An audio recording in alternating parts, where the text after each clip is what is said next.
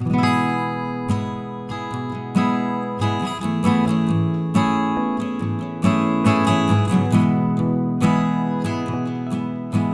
assim a palavra de Deus: Paulo, Silvano e Timóteo, à igreja dos Tessalonicenses, em Deus Pai e no Senhor Jesus Cristo, graça e paz a vós outros.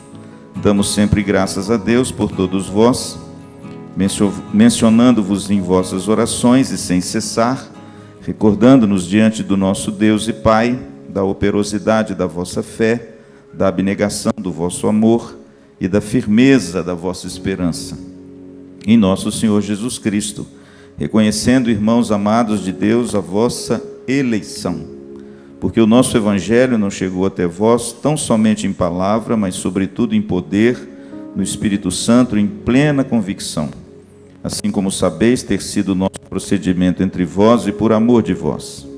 Com efeito, vos tornastes imitadores nossos e do Senhor, tendo recebido a palavra, posto que em meio de muita tribulação, com alegria do Espírito Santo, de sorte que vos tornastes o modelo para todos os crentes na Macedônia e na Acaia, porque de vós repercutiu a palavra do Senhor, não só na Macedônia e na Acaia, mas também por toda parte.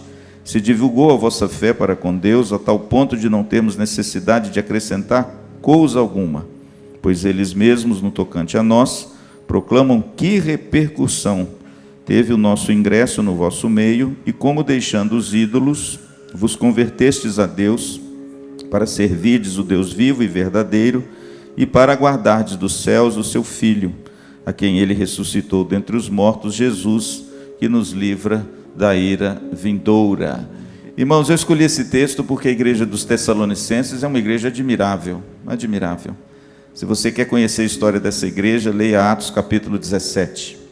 Versículo 1 em diante, narra a história de uma igreja onde o apóstolo Paulo ficou apenas 3 semanas. Mas nessas 3 semanas, irmãos, que coisa linda, que poder de Deus se manifestou nessa igreja. Por isso que Paulo fala sobre isso no verso 5. A palavra diz que o evangelho não chegou só com palavra, mas chegou em poder. A igreja dos Tessalonicenses foi um milagre, irmãos. A Tessalônica era a capital da Macedônia, uma igreja, uma cidade grega, uma cidade grande, uma cidade cheia de escolas filosóficas. E quando o evangelho chega, irmãos, o evangelho promove milagres maravilhosos. A Bíblia diz que gregos, judeus, mulheres distintas ouviam a voz do evangelho e se convertiam. E ali naquela igreja, irmãos, começou um grande avivamento na Europa, juntamente com a igreja de Filipos. Tessalônica era uma cidade muito importante, era a capital da Macedônia e, logicamente, tinha uma sinagoga de judeus. Quando Paulo chega na cidade, ele começa a pregar nessa sinagoga, e as pessoas se converteram com a mensagem do evangelho, não sem perseguição, foram perseguidos. Lá em Atos 17, o texto diz que os judeus se levantaram contra Paulo e quase o lincharam da cidade. E a pessoa que acolheu Paulo na casa dele se chamava Jasson. Eles prenderam esse homem, e ele só foi solto por finança, pagamento de finança, né? Ou seja, ele foi solto da prisão porque pagaram a fiança para ele, deram dinheiro para as autoridades, e eles disseram o seguinte: olha, nós só vamos soltar você se você expulsar esses homens daqui. E o apóstolo Paulo, irmãos, então sai com Silas da cidade de Tessalônica, porque ouvi um rumor na cidade que aqueles que estavam transtornando o mundo chegaram até nós. Que coisa linda, hein? Transtornando o mundo. É o evangelho de Jesus, ele faz isso, né? Ele subverte a cultura existente e transtorna os valores desse mundo. E eles chegaram e disseram isso: aqueles que estão transtornando o mundo chegaram até nós. Eu acho que esse nome é um nome bom para a igreja. A igreja precisa transtornar esse mundo e os valores desse mundo. O sal e a luz fazem isso, né? O sal transtorna aonde ele toca, e a luz também, ela influencia de forma poderosa. E ali, irmãos, começou uma bela igreja. E Paulo então escreve 2 cartas aos Tessalonicenses, está aí na sua Bíblia. A maioria dos estudiosos dizem que a carta aos Tessalonicenses e a carta aos Gálatas foi a primeira pena do apóstolo Paulo no Novo Testamento. E alguns acham que Tessalonicenses é o texto mais antigo do apóstolo Paulo. E aqui, irmãos, na introdução da carta, ele mostra para mim e para você uma igreja admirável. Uma igreja, irmãos, que eu luto com as minhas limitações por ela. Uma igreja que eu vejo que alegra o coração de Cristo e alegra o coração do apóstolo. Essa igreja admirável, irmãos, ela é admirável porque ela contém aqui nesse breve texto algumas marcas maravilhosas. Primeira marca que a gente vê está no versículo 2 a 4. Essa igreja contém, irmãos, aquilo que a gente chama dos principais frutos de uma verdadeira conversão. Olha o que diz o verso 2: damos sempre graças a Deus por todos vós, mencionando-vos em vossas orações, e sem cessar recordando-nos diante do nosso Deus e Pai. Agora preste atenção, os 3 grandes frutos e virtudes da fé cristã: a operosidade da vossa fé, a abnegação do vosso amor e da firmeza da vossa esperança em nosso Senhor Jesus Cristo, reconhecendo, irmãos amados de Deus, a vossa eleição. Veja que o apóstolo Paulo está dizendo o seguinte: olha, o povo dessa igreja é um povo eleito. Eles foram eleitos pelo Senhor, mas não porque traziam uma doutrina da eleição, porque viam na vida deles as marcas da eleição. E mais uma vez, irmãos, o apóstolo Paulo usa aqui para essa igreja a tríade que ele usa em 1 Coríntios: a fé, a esperança e o amor. Veja que Paulo elenca essas 3 virtudes como as 3 virtudes cardeais, principais, os frutos mais preciosos na vida do crente, advindos da eleição, dessa escolha soberana de Deus na minha vida e na sua vida. Paulo fala que ele reconhecia nessa igreja essas marcas, a operosidade da fé. O que é isso, pastor? A fé, irmãos, ela precisa de obras, né? A fé precisa ser operosa. A fé não pode ser apenas de palavra. A fé, ela tem que ser exercitada através das boas obras. E essa igreja, irmãos, tinha uma fé operosa, ou seja, era uma igreja que trabalhava, era uma igreja que se envolvia, era uma igreja que abraçava o ministério. Como é importante, irmãos, cada crente tem uma consciência disso. Deus chamou você, Deus deu a você um dom, e Deus espera que você exerça esse dom para a glória dele, e para benefício também da igreja, para servir a igreja. Uma fé operosa. A carta de Tiago fala sobre isso. A fé sem obras é morta. Por quê? Porque a evidência da eleição é uma fé, mas uma fé, irmãos, que produz uma vida dedicada às coisas de Deus. Em segundo lugar, Paulo fala da abnegação do amor. Interessante que ele muda a ordem, ele fala primeiro da fé, depois ele fala do amor. O amor abnegado, irmãos, essa palavra abnegado é muito bonita, significa que é um amor que nega a si mesmo, né? E o amor que nega a si mesmo é aquele amor que vai em direção ao outro. Não é um amor que quer algo para ele mesmo, é o amor que quer algo para o outro. Esse é o amor abnegado. O amor abnegado é aquele amor que você lança a mão, às vezes, de coisas que você quer para o benefício do outro. Reverendo Hernandes, eu estava escutando uma pregação dele sobre casamento. Ele falou que muitos casais entram no casamento para o sujeito satisfazer os seus próprios desejos e vontades. Ele quer ser feliz. Ele quer que o outro faça ele feliz. Ele não se importa muito com o outro porque ele quer se realizar, né? Emocionalmente, sexualmente. E de repente, irmãos, falta, sabe o quê? O amor verdadeiro, que é o amor abnegado, que é o amor que muitas vezes se sacrifica, se humilha, se reduz em prol do outro, para o bem do outro, para a alegria do outro, para a satisfação do outro, para benefício do outro, para a bênção do outro e para a glória de Deus. Veja que essa igreja admirável, irmãos, ela contém esses 3 grandes frutos da vida cristã.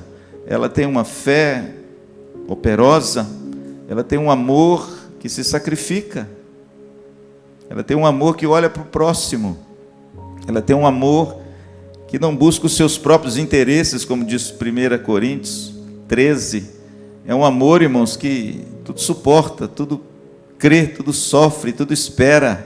Esse amor abnegado que a igreja dos Tessalonicenses, irmãos, Paulo via no seio dessa igreja, e ele diz aí que essa igreja também era reconhecida por causa da firmeza da esperança dessa igreja.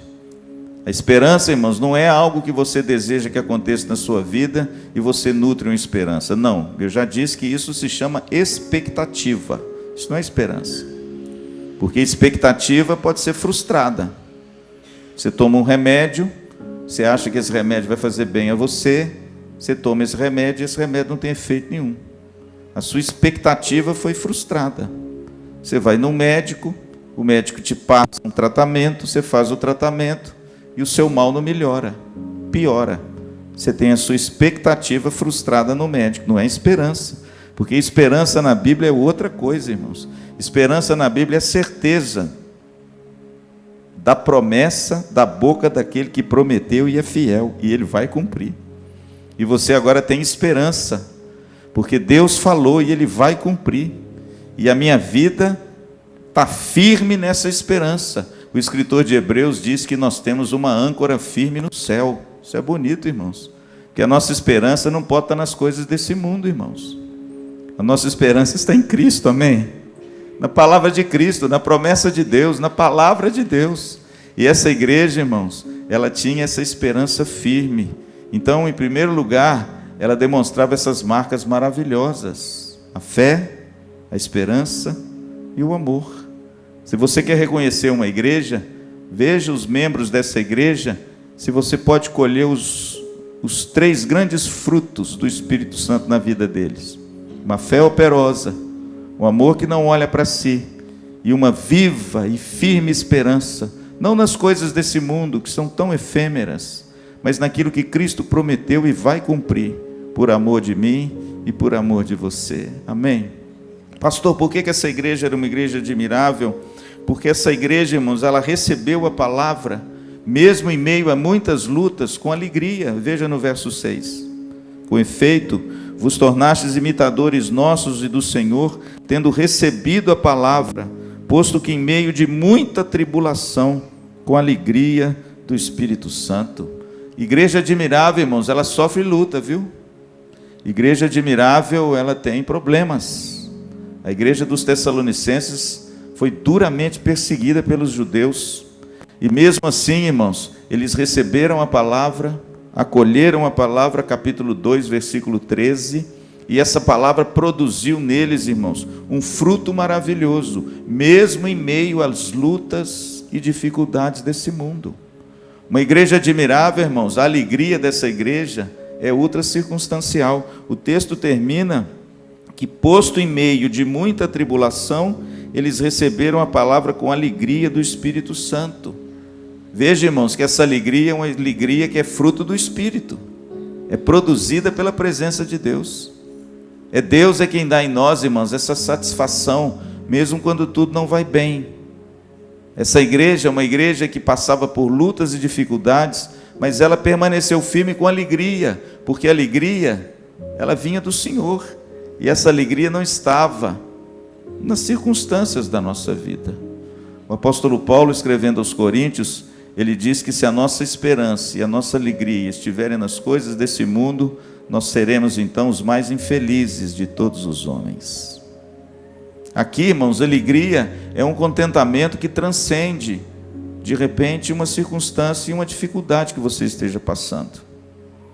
E aquele estado de espírito que o cristão enfrenta as coisas com moderação, com serenidade, dando sempre glória a Deus por tudo, porque afinal de contas, fomos comprados por alto preço, e nós somos do Senhor e Ele cuida de nós. Portanto, irmãos, essa é a segunda marca de uma igreja admirável. É uma igreja que recebe a palavra com alegria. É uma igreja, irmãos, que sofre perseguição, mas persevera na palavra de Deus, ao ponto de Paulo dizer que eles eram imitadores dele e imitadores do Senhor. Em terceiro lugar, irmãos, e para terminar, versículo 7, o texto diz: de sorte que vos tornaste o modelo para todos os crentes na Macedônia e na Acaia. Isso aqui, irmãos, encanta o meu coração. Uma igreja tão jovem, né? Está vendo? Isso aqui é um aviso de que nem tudo que é maduro é modelo, hein? né? Nem tudo que tem um tempo aí de vida é modelo. Essa igreja, irmãos, era uma igreja jovem, mas muito jovem. E o apóstolo Paulo diz que essa igreja, irmãos, se tornou modelo para duas regiões. Primeiro, a região onde Tessalônica era a capital, versículo de número 7, Macedônia. E aqui tem uma coisa que me chama a atenção muito, irmãos, porque ele fala também que a igreja de Tessalônica serviu de modelo para Acaia. Sabe qual era a capital da Acaia? Corinto. Interessante, né, irmãos? Corinto era a capital da Acaia. E eu fico imaginando, irmãos, a igreja de Tessalônica, Paulo a caracterizou como modelo, acima até da igreja de Corinto, a grande igreja de Corinto, o qual Paulo dedicou tantos anos, o qual Paulo amava e escreveu 4 cartas. Ele diz que essa igreja se tornou modelo nessa região da Acaia. Mas não é só isso, irmãos. Olha o restante do verso de número 8. Mas também por toda parte se divulgou a vossa fé para com Deus.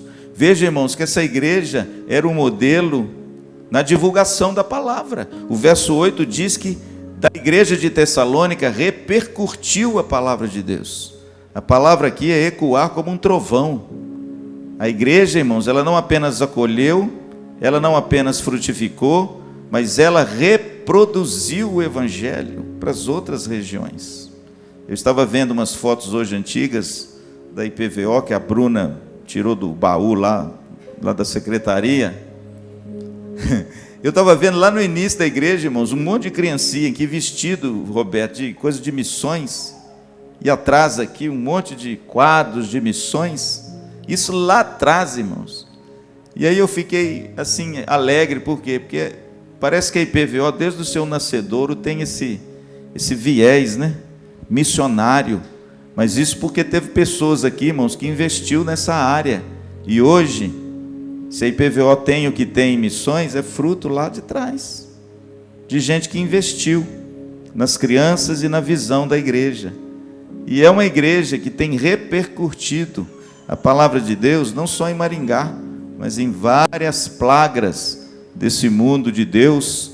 A palavra de Deus tem chegado através dos nossos missionários, das redes sociais, que tivemos um investimento nas redes sociais. E essa palavra está chegando através da sua vida, através da minha vida, e através de tudo que a IPVO tem realizado na obra do Senhor e no campo missionário. Portanto, irmãos, a terceira grande marca dessa igreja admirável é que ela serve como modelo para todos os crentes. Veja que no verso 7, Paulo pontua isso: de sorte que vos tornastes o modelo para todos os crentes. Irmãos, é um sonho, não é? É um sonho. Hoje, infelizmente, muitas igrejas têm sido reconhecidas pelos seus desvios doutrinários, não é? Pelos seus escândalos morais. Tantas igrejas têm sido reconhecidas pelas suas divisões, litígios e brigas. Igrejas têm sido reconhecidas como igrejas frias, que não se importam mais uns com os outros. Igrejas hoje têm sido reconhecidas como um mercado da fé, onde o pastor ele usa da sua influência para extirpar, não é, dos seus membros o donativo. Hoje, irmãos, igrejas têm sido reconhecidas das formas mais pejorativas possíveis, mas a igreja de Tessalônica, ela foi um modelo para todos os crentes. Sabe o que significa isso, irmãos? Em meio às lutas, às vicissitudes, às dificuldades que a gente enfrenta nesse tempo que se chama hoje, nós podemos ainda ser um modelo. É isso que nós perseguimos.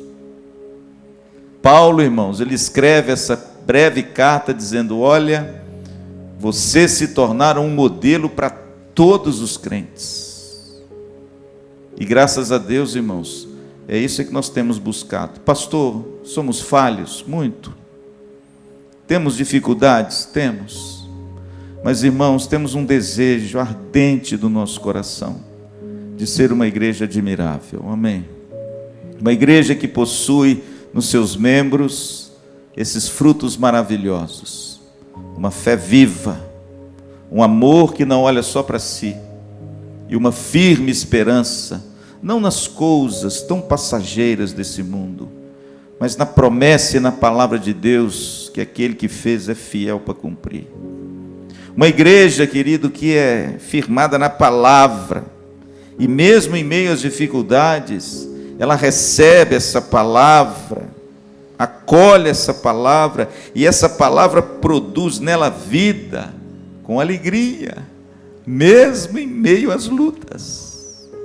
E essa igreja, irmãos, então é reconhecida como modelo de piedade, modelo na divulgação do Evangelho, modelo na forma como o Evangelho entrou nessa igreja e fez, irmãos, um milagre, como diz Paulo no versículo 9, como eles deixaram os ídolos e começaram a adorar o Deus vivo e verdadeiro.